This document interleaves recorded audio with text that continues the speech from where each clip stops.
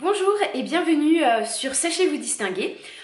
Aujourd'hui, je me permets de vous faire une petite vidéo sur l'appareil photo que je viens d'acquérir, le Sony Alpha 5000. Alors, avant de parler de l'appareil photo en lui-même, je vais vous expliquer un petit peu le contexte et ce que je recherchais pour pouvoir vous expliquer pourquoi je me suis orientée vers cet appareil photo.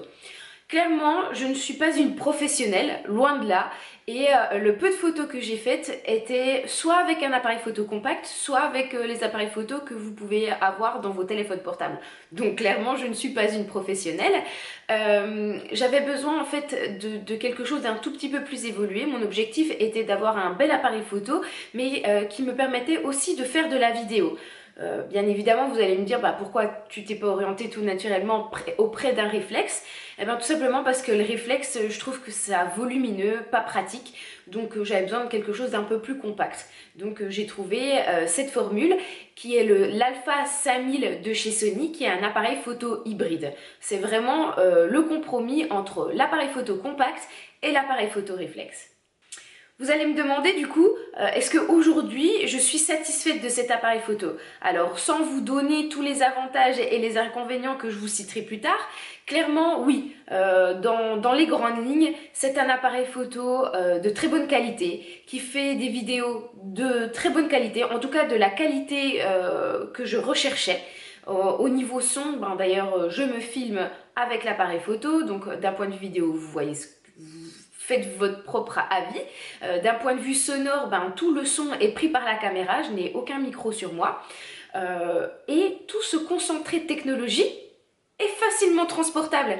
Je vous montrerai une petite vidéo, mais clairement, je peux le mettre dans mon sac à main, je peux le mettre dans un tout petit sac à dos de sport, et c'est clairement ce que je recherchais. À qui est destiné cet appareil photo? Eh bien, j'ai envie de vous dire que le panel de cible est relativement large. De l'adolescent qui a envie d'acquérir son premier vrai appareil photo jusqu'au professionnel qui a envie d'avoir un boîtier et des objectifs facilement transportables. On touche quand même un certain nombre de personnes. C'est à vous, à moi, un petit peu à tout le monde. Clairement, je trouve qu'il a les qualités d'un réflexe tout en n'ayant pas l'inconvénient de la difficulté de transport. Donc pour moi, c'est vraiment le super compromis. Pourquoi je vous parle des professionnels? Eh bien tout simplement parce que j'ai vu une vidéo avant d'acheter l'appareil photo d'un professionnel qui comparait le petit frère de cet appareil photo, qui n'a d'ailleurs pas énormément de différence avec celui-ci. Donc il parlait du Sony Alpha 6000 et il le comparait donc au 7D, qui est un appareil photo réflexe. Et clairement, lui-même disait qu'il avait pris énormément de plaisir à prendre des photos avec le Sony Alpha 6000. Donc clairement, étant donné qu'il n'y a pas énormément de différence entre le 7D et l'Alpha 6000 et qu'il n'y a pas énormément de différence entre l'Alpha 6000 et l'Alpha 5000, j'ai envie de vous dire que c'est franchement, d'un point de vue rapport qualité-prix, c'est le super compromis. L'objectif, comme je vous le disais initialement, de cette vidéo, c'était aussi de vous présenter les avantages et les inconvénients. Clairement, on n'a pas tous les mêmes attentes et ce que je trouve peut-être être un point faible, peut être un point fort pour vous. Donc sans plus attendre, on va passer aux avantages. La qualité vidéo et la qualité du son pendant la vidéo. Là, comme je vous le disais tout à l'heure, je me filme avec l'appareil photo, je n'ai pas de micro sur moi. Je trouve qu'en termes de qualité de rendu, c'est top. J'ai strictement rien à redire. Après, c'est vrai, comme je vous le disais depuis le début, je suis une amatrice, donc effectivement, peut-être que des plus professionnels que moi diront que cet appareil photo manque de quelque chose. En tout cas, moi, clairement, je suis entièrement satisfaite. L'appareil photo au départ m'a totalement désorientée parce que je recherchais les modes dont j'avais l'habitude sur mon appareil photo compact, c'est-à-dire paysage, portrait, macro. Et je me suis rendu compte après quelques temps et après quelques recherches que ces modes initiaux sur un compact étaient des sous-fonctions de mode sur cet appareil photo. Donc je vous laisse imaginer le panel de modes que vous avez sur cet appareil photo qui est pour moi clairement très intéressant d'un point de vue technique. Après, c'est vrai que ça demande de prendre du temps pour pouvoir vraiment le décortiquer et trouver réellement les fonctions les plus intéressantes pour faire de jolies photos. Le focus. est une notion que je ne maîtrise pas parfaitement. D'ailleurs, j'espère que sur cette vidéo, il n'y aura pas de problème de focus.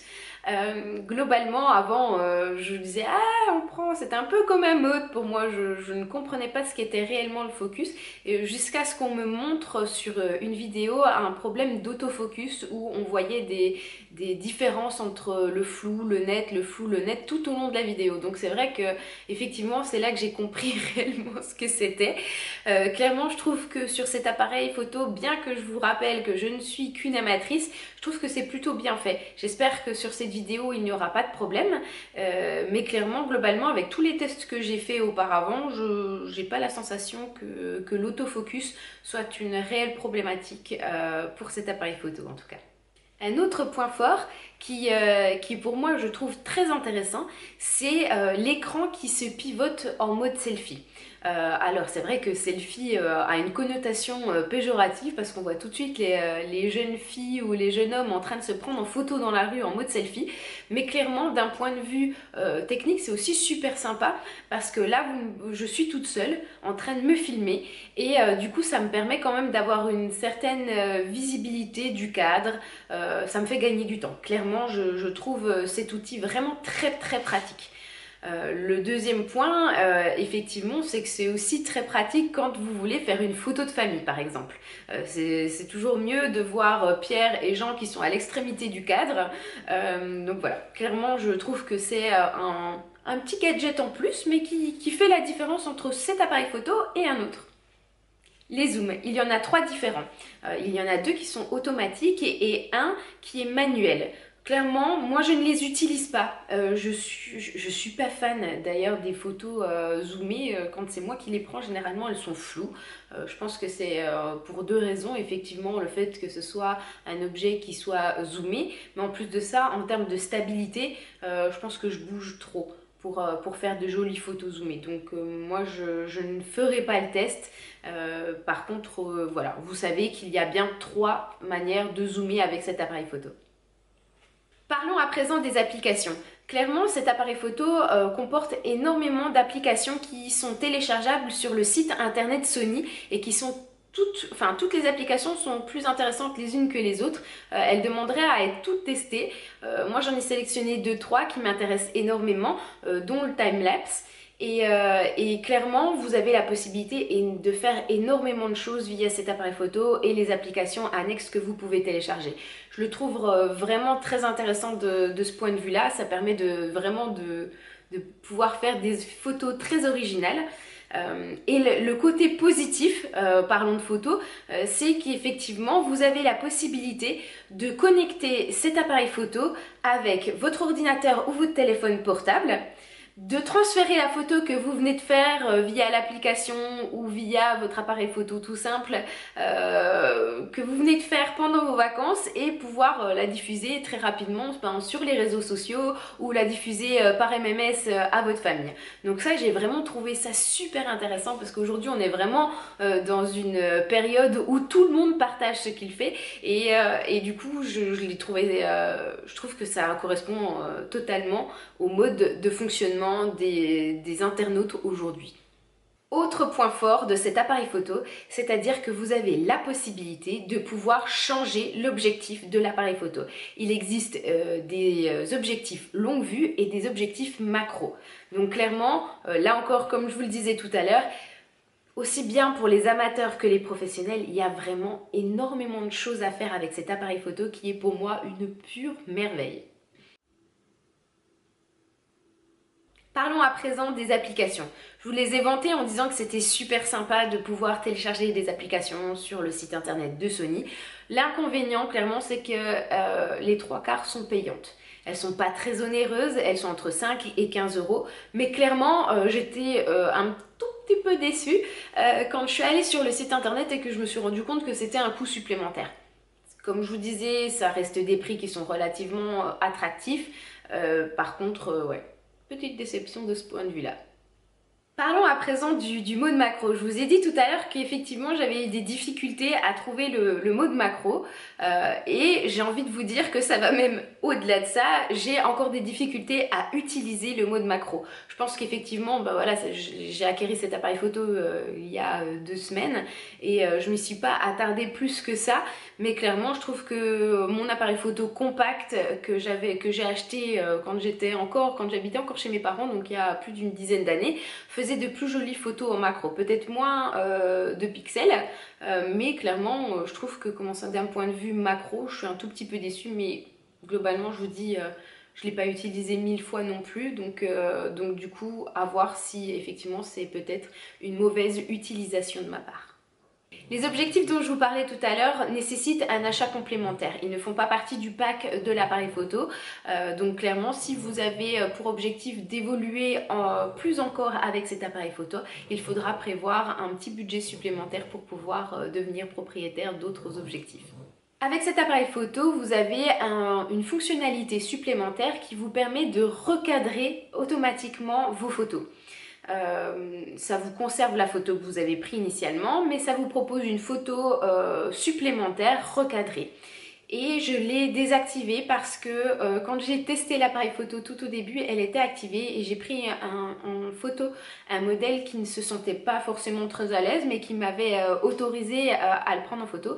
Et quand je lui ai montré la photo en plan large, il était très content et quand j'ai cliqué sur suivant avec la molette, on est tombé sur le cadrage très serré et du coup en toute objectivité, même moi je ne trouvais pas la photo super sympa, donc j'étais un tout petit peu déçue non seulement du résultat mais également mon ami ne s'est pas trouvé très chouette sur la photo, même il n'était pas du tout content. Donc petite expérience que je ne reproduirai pas, en tout cas je ne referai pas le test. En tout cas, peut-être que je le referai, mais sur moi, à ce moment-là, ça permettra d'éviter quelques déceptions. Voilà. Où se procurer cet appareil photo? Eh bien, vous pouvez vous le procurer à la FNAC, que ce soit en magasin ou également sur le site internet. Vous pouvez également l'acheter sur différents sites internet. Personnellement, j'ai eu 2 expériences. Au départ, je voulais l'acheter au prix le plus bas sur la société Digixo et je me suis rendu compte très vite qu'ils avaient des avis clients qui étaient vraiment médiocres. En plus, sur un site internet d'avis clients certifiés Trustpilot, je crois que leur note était aux alentours de 1 ou 2. Donc du coup, je me suis orientée vers une autre société en payant un tout petit peu plus cher. Je me suis orientée vers LDLC qui m'a totalement bluffée de A à Z. Non seulement en téléphonant pour avoir plus d'informations concernant l'appareil photo, ils m'ont procuré un code promo qui m'a permis de pouvoir réduire le coût de l'appareil photo, mais également j'étais très pressée de recevoir l'appareil photo et je les ai appelés à 2 ou 3 reprises pour savoir où était le colis parce qu'on était sur une semaine qui comportait un jour férié et ils m'ont toujours répondu avec beaucoup d'amabilité, donc j'ai vraiment trouvé la relation client vraiment exceptionnelle. Donc je vous recommande soit la FNAC qui a une valeur sûre, soit ce site internet LDLC. Si vous êtes arrivé jusqu'à ce moment de la vidéo, c'est que vous avez réussi à tenir bon jusqu'au bout. Je vous remercie d'ailleurs infiniment. Je vous remercie d'avoir visionné ma vidéo. N'hésitez surtout pas à mettre vos avis sur celle-ci en mettant j'ai aimé, j'ai pas aimé, j'aurais aimé que Jenna tu me parles de telle ou telle chose. N'hésitez absolument pas, je suis vraiment à votre écoute et justement ça me permettra de m'améliorer pour les prochaines vidéos. Donc je vous dis merci et à très bientôt.